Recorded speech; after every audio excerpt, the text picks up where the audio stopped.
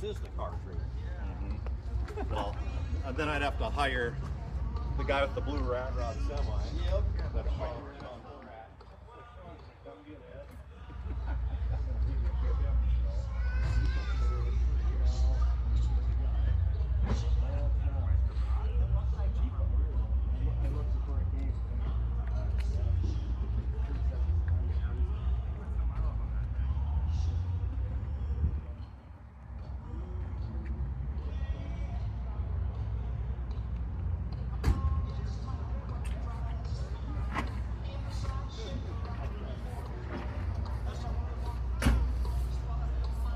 We're lucky right up by us, the fuel station about 3 miles from the Jenkins.